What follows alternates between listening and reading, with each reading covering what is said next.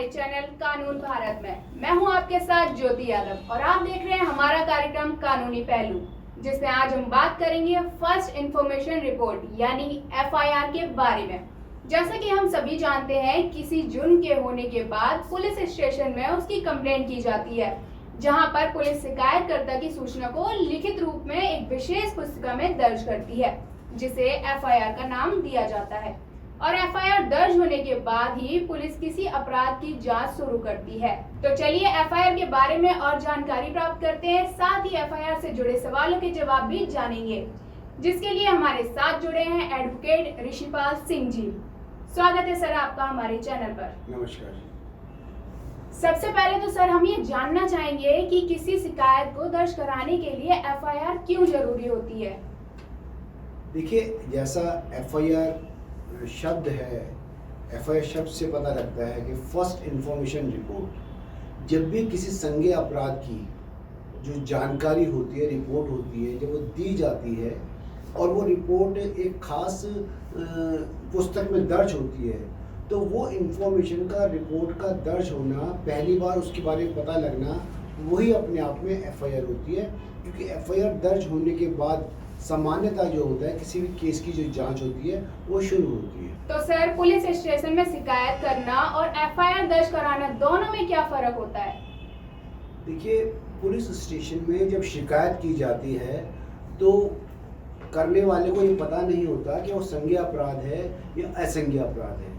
सबसे इम्पोर्टेंट ये है कि जब आप शिकायत करते हैं, शिकायत करने के बाद जो जांच अधिकारी, जो पुलिस का जो भार साधक ऑफिसर होता है वहाँ का, वो ये देखता है कि आप किसी कॉग्निजेबल या इसको संज्ञेय अपराध के बारे में बता रहे हैं या किसी गैर संज्ञेय अपराध के बारे में बता रहे हैं। तो अगर वो संज्ञेय अपराध होता है तभी उसकी एफआईआर की जाती है, वरना उसकी जो अगर असंज्ञेय अपराध होता है तो उसकी जांच की तरीका दूसरा होता है। और हमें यह भी बताएं कि प्रथम सूचना रिपोर्ट और स्टेशन डायरी में क्या फर्क होता है?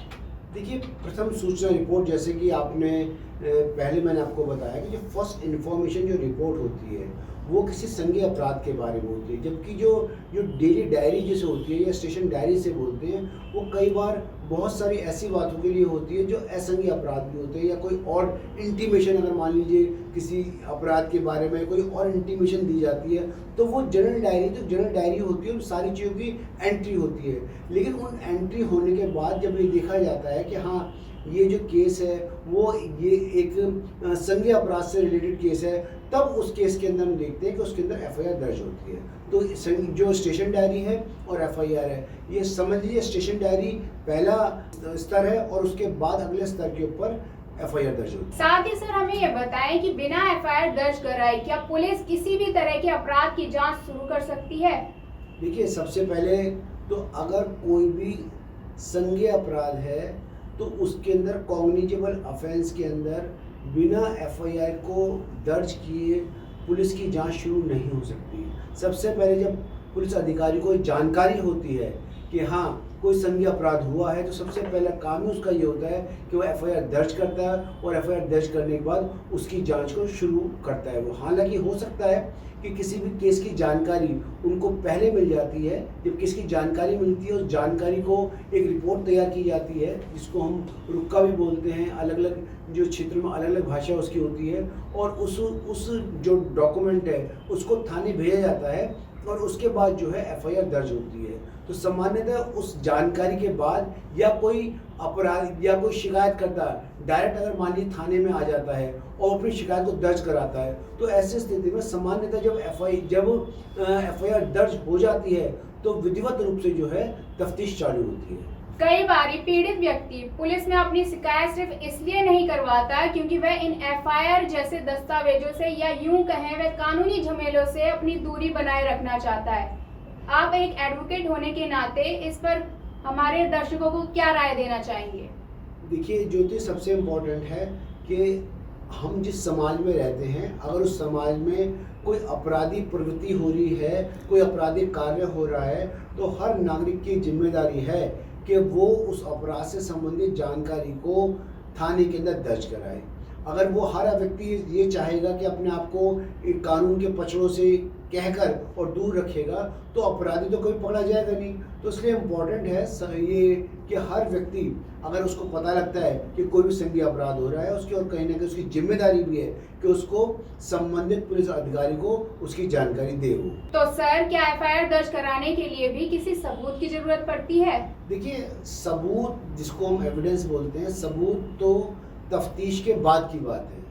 बहुत सारे मामलों के अंदर, जैसे मान लीजिए कोई व्यक्ति आके कहता है कि मेरे सामने मैंने किसी व्यक्ति का कत्ल होते देखा, या कोई महिला या कोई बच्चियाँ कहती है कि मेरे साथ बलात्कार हुआ, तो पहले जो दूसरी स्थिति है उसमें तो वैसे भी जो प्रिजम्पशन होती है वो अक्यूज के खिलाफ होती है, तो केवल उसका बयान ही केस के लिए काफ़ी होता है। अगर पुलिस को जानकारी, जो शब्द जो इस्तेमाल किया गया है, अगर पुलिस को इतना मिलती है, सूचना मिलती है कि कोई संज्ञेय अपराध किया गया है, तो ऐसी स्थिति में सबूत तो बाद की बातें होती है, पहले एफआईआर दर्ज होती है। साथ ही हमें यह जानकारी दे कि एफआईआर दर्ज करवाते समय क्या शिकायतकर्ता अपनी पहचान को गुप्त रख सकता है? देखिए, शिकायतकर्ता की जो पहचान होती है, सामान्यतः अगर शिकायतकर्ता किसी कोई जानकारी दे रहा अपराध के होने की, तो तफ्तीश के शुरू में तो उसका नाम पता होना बहुत ज़रूरी है, क्योंकि वही बताता है कि केस के बारे में क्या हुआ।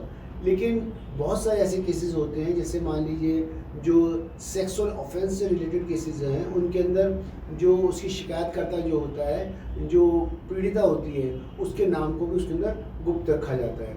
और अगर कोई व्यक्ति ये भी, अगर उसको लगता है कि उसको किसी अपराध की जानकारी है और वो अपना नाम सामने नहीं आना चाहता, तब भी वो उसकी शिकायत जो है वो संबंधित पुलिस अधिकारी को भेज सकता है। तो आखिर एफआईआर दर्ज करवाने के बाद शिकायतकर्ता कैसे पता लगा सकता है कि उसकी शिकायत पर पुलिस ने कोई कार्रवाई करी है या नहीं?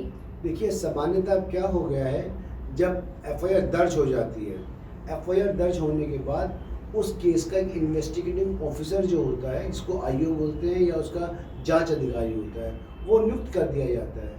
और आजकल ये प्रोविज़न हो गया है कि आपको एक एसएमएस आ जाएगा, पता लग जाएगा कि आपका जांच अधिकारी कौन है, और उस जांच अधिकारी से समय समय पर आप मिल सकते हैं, पता लगा सकते हैं कि आपके केस के अंदर जांच कहां तक पहुंची। इन केस अगर आपको ये भी लगता है कि आपके केस के अंदर जांच नहीं हो रही, तब भी आपको फिर उसके अलावा अगर एफआईआर हो गई है, तो आप जो कंसर्न मैजिस्ट्रेट है उसके पास भी स्टेटस रिपोर्ट के लिए एप्लीकेशन लगा सकते हैं।